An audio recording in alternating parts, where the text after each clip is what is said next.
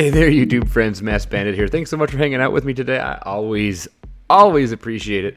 Hope you enjoyed that little intro. I told you, if you watched episode 3, I told you we were going to Thanos it, and we did. We wiped the slate clean. We kept all of our little animals. They are currently in the trade center. I think that's what it is. Accidentally deleted the trade center. Hint, never delete your trade center when you've got animals in it. Otherwise, they get boxed up and just thrown randomly on the mat in a box, and they don't like that very much. So I had to make sure in the process that I kept a trade center open and connected to the path so that it wouldn't spit the animals back out in their little crates. But I did that, and I cleaned everything up, and I put some grass down, and now we're getting started. Here we are. Let's call this the beginning of the real beta. For me, at least, as a creative player, as someone who gives two diddly-doos about management and about franchise, and I don't care. I'm excited because I started this with, 140-something thousand? And I am currently sitting on almost $500,000. So we are basically in sandbox mode at this point. I can do anything I want. The only thing that is holding me back are the stupid leaves. And I want elephants really, really bad, but I'm having a hard time finding cheap-ass elephants. So here's a plea to all y'all out there for the beta. Don't jack up the price of your animals. Like when I make bibbies, well, not when my animals make bibbies, I sell them, or I put them on the workshop or in the exchange, and I only put them at like 30 or 40. And some of them, I'll even put the ones that are good at breeding up there and like 40 or 50. Like, what's the point? Like, I don't want to hold anybody back from experiencing a good time, so don't inflate your prices. I mean, I know people are going to, but whatever. So there's a bunch of jumps here. Our entrance, we are working on a right proper entrance. And our right proper entrance is heavily, it's a complete ripoff of the Houston Zoo. This is the Houston Zoo entrance. And yes, I know that my zoo says New Zoo to Zoo.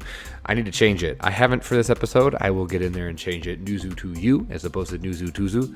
But anyway, yeah, this is pretty much a direct rip of the Houston Zoo. I really enjoy the Houston Zoo entrance. And now that I've unlocked all the themes, I've unlocked some extra barriers. I'm in the process of unlocking some more food options. I mean, I just kind of let the game cook. Like I said in the last episode, I let it sit there. I researched while I was just raking in the dough, and now here we are, and we can do whatever we want. So what I try to do is I try to establish an actual, like, old school zoo. And we get that started in this episode, or a realistic zoo. Lots of people have been doing some amazing things, and it's great. It's really fantastic. I've been absolutely blown away by everyone's creativity. But one of the things I'm most interested in is super realism and parts of a zoo. Most zoos have parts that aren't spectacular. Like what we're going to do in the next episode is we're going to make a hooved animal like row, and it's exactly what you think it is. It's a row of rectangular pens that's in the Brookfield Zoo, and up until recently that was in the Houston Zoo, but they're remodeling that, and I understand that that's on the outs now, and I get that, and I agree with that. But it's still a part of so many zoos that I think it's disingenuous to pretend that zoos don't have that. And I get the most pleasure from these games when I am building something that you could see in real life. And so that's why we're going to have some less than savory elements to our zoo. We're going to have some older parts to the zoo that the animals aren't going to be in harm. I mean, every animal in the zoo that I have currently is happier than a pig in poop. And that being said, we need to add warthogs to just make it truly pig in poop. But they're not exciting. They're rectangles. But that's what a zoo has. And I don't see any reason why that's a problem. So I think it actually makes it look way more realistic. So anyway, to get things started with this rebuild here, I added some turtles, not the Galapagos tortoises, the other ones that are in the game. I don't know what they're called, but we have those now. And I put those there specifically to make sure that people would come into the zoo. Because if you remember episode 1, and I know Ruble Trillions has been having some issues with this, if you build too far away from the main entrance, people don't come in. And I don't know if they patched it, but I wasn't going to take any chances. So I put this little turtle exhibit right here at the front. And I really tried to make it look interesting. Hopefully you're like, oh, this is better than what you've been doing. Yes, this is much closer to what I am used to producing. I want these exhibits, I want these shelters to look simple. I want them to look utilitarian over artistic. I mean, a lot of these are just going to be concrete structures or just lean-tos or just barns, because that's what zoos have. Like, I'm thinking about the giraffe exhibit in the Houston Zoo. It's a brick building with a flat roof. No, sorry, a peaked roof, but it's corrugated roof, and it's pretty blatant that it's just a box. And that's what zoos are. And so if you're into that thing, then you have absolutely found the right channel. I've gotten so many new subscribers since we started this on Wednesday. If you're one of those new subscribers, thank you so much for subscribing. And I hope you stick around, not just after this week, but for a long time. Because if you like what I'm doing here with Planet Zoo, be sure you should check out the Planet Coaster stuff I do too. And City Skylines is going to be coming on the channel in a little bit. I've been working on a map for that right before the beta came out here. So that'll be coming to the channel. And it's all this kind of style, this super realistic, vibe. And that's what I love to do. And hopefully you are enjoying it as well. So, and again, one more shout out to Bro Nation. If you are not a member there, you should really consider it. If you like the content I do, you will love being a member of Bro Nation, because it's all this stuff times 10 every day, all day, various games. It's really incredible, the people we have on our server. Link is in the description in every video of mine to get to Bro Nation. And I highly encourage you to join us, and not just join us, but participate. A lot of people join and then never say anything.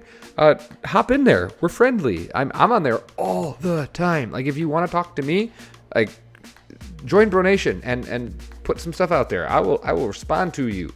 I try, especially if it's a name I don't recognize. I try really hard to interact with our friends that I don't recognize. So if that's you, hop in and say something. So the nice thing about doing this rebuild is it gives me a much better option to have some backstage. We have like a proper backstage. Like, this backstage, because you actually have to think about backstage in this game, it's actually really nice because it's required me to focus on it way more than I did in Planet Coaster. Like, in Planet Coaster, backstage is totally superfluous. It's unnecessary. There's no such thing. And I just do it because I know it looks good and it adds that extra bit of realism. In this game, you really do need it. And so because you need it, it automatically makes it better. Like, I think, at least. I'm really happy with the way the backstage is shaping up. If you watch my tutorial, I actually threw the backstage building that we built in the tutorial in this park in the next episode. So super pumped. I am going to do more tutorials. The problem here is I am back at work now. I have a full-time job, and I got to play a ton this weekend. A super big shout out to my wife, who wrangled the children all weekend and allowed me to really sit down for hours and hours and hours and play this game this weekend. But I'm going to try to keep a video coming per day. I cannot guarantee that. The good news is I have next week off, but that only gives me Monday. So I'm going to play all day Monday, a week from tomorrow. And hopefully I will get a bunch of content out to all of you. And hopefully we can get a good chunk done on Nuzu to you. I'm hopeful. So, but that is just about, we're getting close to the end of the time lapse for this episode. I like these shorter episodes. It allows me to get more to you quicker. But the next episode, I'm going to speed up these time lapses. I've been speeding up about 6 times. We're going to go back to 8 times because I've done a lot. I've done a ton. And the next episode is going to have a pretty good real-time chunk because I did a lot off camera that I want to show you. So, but that being said, time for cinematics. And if you are new, if you are just finding me because of Planet Zoo, hit that subscribe button because there's lots more Planet Zoo coming your way the rest of this week. And then obviously once it drops, not to mention all the other awesome creative content here on the channel. If you like this video, do hit the like button so that we can get more people to see the content that you think is worth seeing. And leave some feedback below. Let me know what you think. And with all that being said, have yourself a great day, great night, great whatever. And I will see all of you for the next episode of Planet Zoo. Take care, everyone, and I'll talk to you later. Bye-bye.